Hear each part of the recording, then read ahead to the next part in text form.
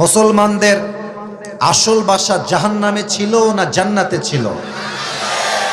জান্নাতে, in the paradise. It was in the paradise, এটা জান্নাতে ছিল।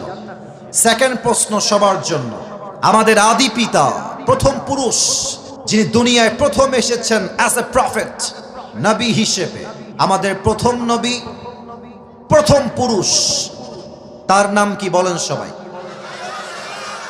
ডানে কিন্তু আবার উত্তর আসে নাই, আবার বলেন সবাই, নাম কি? কথা বলতে হবে আমার সাথে। আদম আলাইহিস সালাতু ওয়াস সালাম। আপনারা সবাই জানেন যে আদম আলাইহিস সালাতু ওয়াস সালাম একটা নিষিদ্ধ গাছ থেকে ফল খেয়েছিলেন, এজন্য আল্লাহ তাআলা তাকে দুনিয়াতে পাঠিয়েছিলেন। তো উনি যখন নিষিদ্ধ গাছ থেকে ফল খেলেন, উনি চাইলে নিজের ভুলকে ঢাকার জন্য একটা আর্গুমেন্ট করতে পারতেন। আল্লাহকে বলতে পারতেন যে আল্লাহ এই এক্সকিউজ, আল্লাহ এই ভুল, সেই বাহানা, ওই বাহানা। He didn't make any excuse. তিনি কোনো বাহানাই তৈরি করেন না, উনি সোজা বলছেন, রব্বানা যালামনা আনফুসানা ওয়া ইল্লাম তাগফির লানা ওয়া তারহামনা লানাকুনান্না মিনাল খাসিরিন। ও আল্লাহ, I have made a mistake. আল্লাহ, আমার ভুল হয়ে গেছে। তুমি যদি আমাকে ক্ষমা না করো, আর দয়া না করো, মায়া না করো, আমি তো ক্ষতিগ্রস্তের শামিল হয়ে যাব। সঙ্গে সঙ্গে আল্লাহ তাআলা বললেন, আদম, আমি তোমার ভুল, আমি তোমার অন্যায়কে মাফ করে দিলাম। সবাই পড়েন সুবহানাল্লাহ। উনি দুনিয়ায় আসলেন। এবার খুব ভালো করে বোঝেন, আমাদের আসল বাসা ছিল জান্নাতে, আমরা এসেছি দুনিয়াতে। আমরা যেন পথভ্রষ্ট না হয়ে যাই, পথ ভুলে না যাই, আল্লাহ বললেন আমার বান্দাদেরকে পথ ঠিক রাখার জন্য, রাইট ইনস্ট্রাকশন দেওয়ার জন্য আমি আল্লাহ দুনিয়াতে দুইটা জিনিস পাঠাবো। Look at my two fingers, দুইটা আঙ্গুল দেখে বলবেন কয়টা জিনিস? আব্বাজান, আপনারা একটু কথা কইয়েন আমার সাথে, আপনারা আমার ভালোবাসার মানুষ, কথা কইতে হবে আমার সাথে। বলেন সবাই, কয়টা? এক হচ্ছে নবী, দুই হচ্ছে কিতাব। ওকে, লেটস রিপিট এগেন। আবারও বলবো, আমি এক নাম্বার, আপনারা বলবেন দুই নাম্বার। এক হলো নবী, দুই হলো, আবার এক হলো নবী, দুই হলো কোরআন বা কিতাব। কিতাব হচ্ছে মোট আসমানি কয়টা? চারটা।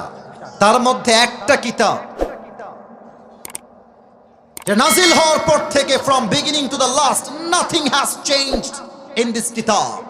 একটা অক্ষর আজ অব্দি পরিবর্তন হয় নাই। কিতাবটার নাম আল কোরআন। আল্লাহ তাআলা এই কোরআনে কি বলছে খুব ভালো করে বোঝেন।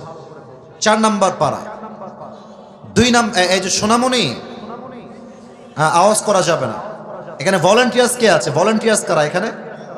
আওয়াজ করা যাবে না, একদম না। এখানে অনেকগুলো মিডিয়ার ভাইরা দূর থেকে আসছে, আমি দেখতে পাচ্ছি। এটা পরে যশোরের বদনাম হয়ে যাবে। মিজানুর রহমান আজহারি হুজুর যশোরে মাহফিল করে গেছেন পুলের হাটে।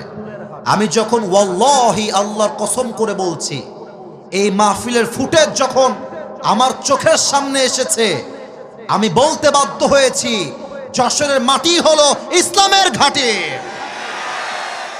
আজহারি সাহেব জীবন হয়তো অনেক বড় মাহফিল করবেন, এটা হয়তো বা হতে পারে, বাট উনি যশোরের মাহফিল কখনো ভুলবেন না ইনশাআল্লাহ। আপনারা সেই মানুষ, মেহেরবানি করে একদম টু শব্দ করবেন না আমার কথা ছাড়া। আল্লাহ তাআলা বলছেন, দলিলটা আবারও বলছি, 4 নাম্বার পৃষ্ঠা, সরি 4 নাম্বার পারা, 2 নাম্বার পৃষ্ঠা। আল্লাহ তাআলা বলছেন, ওয়াতাসিমু বিহাবলিল্লাহি জামিআন ওয়া লা তাফাররাকু। You who believed, hold this Quran, hold this rope. দেখেন তো আল্লাহ কি বলছেন, এটা হচ্ছে একটা কিতাব। আল্লাহ বলছেন এটা হচ্ছে একটা রশি। আমি বলেছি না কে বলেছে? এখন প্রশ্ন হতে পারে যে আল্লাহ কোরআনকে রশি বললেন কিসের জন্য? প্রশ্ন হতে পারে কি পারে না? পারে।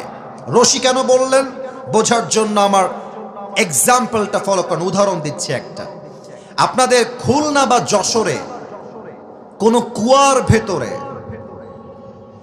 আমি আসিফ যদি উল্টে পড়ে যাই, আপনারা আমাকে তোলার জন্য খাম্বা বাঁশ নিয়ে আসবেন না রশি নিয়ে আসবেন? এই যে আমার ভাইরা তোমরা খুবই অ্যাক্টিভ মাশাআল্লাহ, বাট এরা অ্যাক্টিভ না, আমি জানি না কেন। তোমরা কি তওবা করে এসেছো যে কথা বলবো না আজকে? টক উইথ মি প্লিজ, আমার সঙ্গে কথা বলতে হবে। বলেন সবাই, কুয়ায় যদি কেউ পড়ে যায় ওঠার জন্য বাঁশ নিবেন না রশি নিবেন? রশি নিবেন। রশি শুধুমাত্র নিলেই হবে না, রশির মধ্যে দুইটা শর্ত লাগবে। আব্বাজান আমারে শুনতে হবে, দুইখান শর্ত লাগবে। কয়খান? দুইটা শর্ত লাগবে। এক, রশি হতে হবে মজবুত। রশি যদি ঢিলা হয়ে যায়, পচা হয়ে যায়, যারে আপনি টান দিবেন রশি ছিঁড়ে যাবে, সে উল্টে পড়ে দাঁত মাত সব ভেঙে যাবে, ঠিক কিনা বলেন? রশি মজবুত হতে হবে।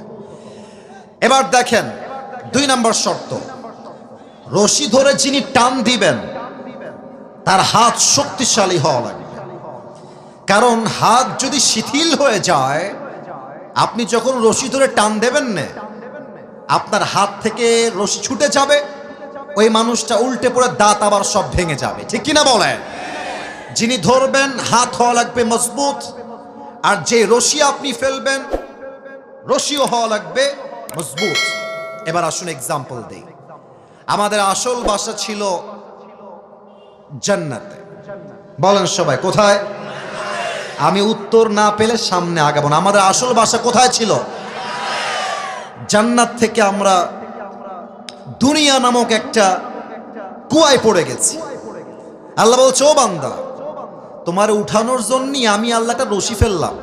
ওয়াতাসিমু, শক্ত করে ধরো। সে রশিটা হচ্ছে আল কোরআন।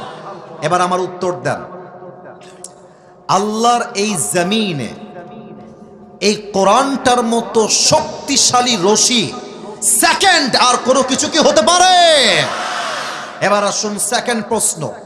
রশি তো মজবুত হয়ে গেল, এবং এই রশির মূল গোড়ায় যার হাত, সেটা হচ্ছে আল্লাহ তাআলার কুদরতি হাত। আল্লাহ নিজেই রশির গোড়ায় হাত দিয়ে ধরে আছেন।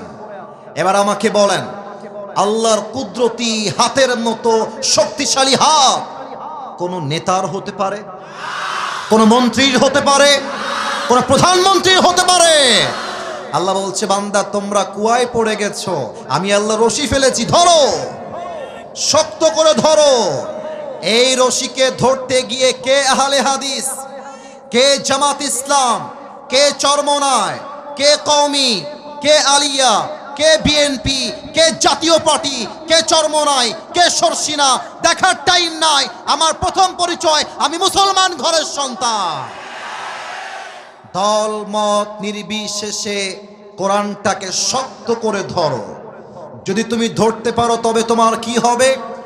তুমি যে তোমার জান্নাতের বাসার থেকে হারিয়ে দুনিয়া নামক কুয়ায় পড়ে গিয়েছিলে, আমি আল্লাহ এমন একটা টান দিব, সবাই মিলে ধরো, আমি আল্লাহ তোমাদের সবাইকে আবার সেই হারানো বাসা জান্নাতে ফিরায় দিব। সুবহানাল্লাহ।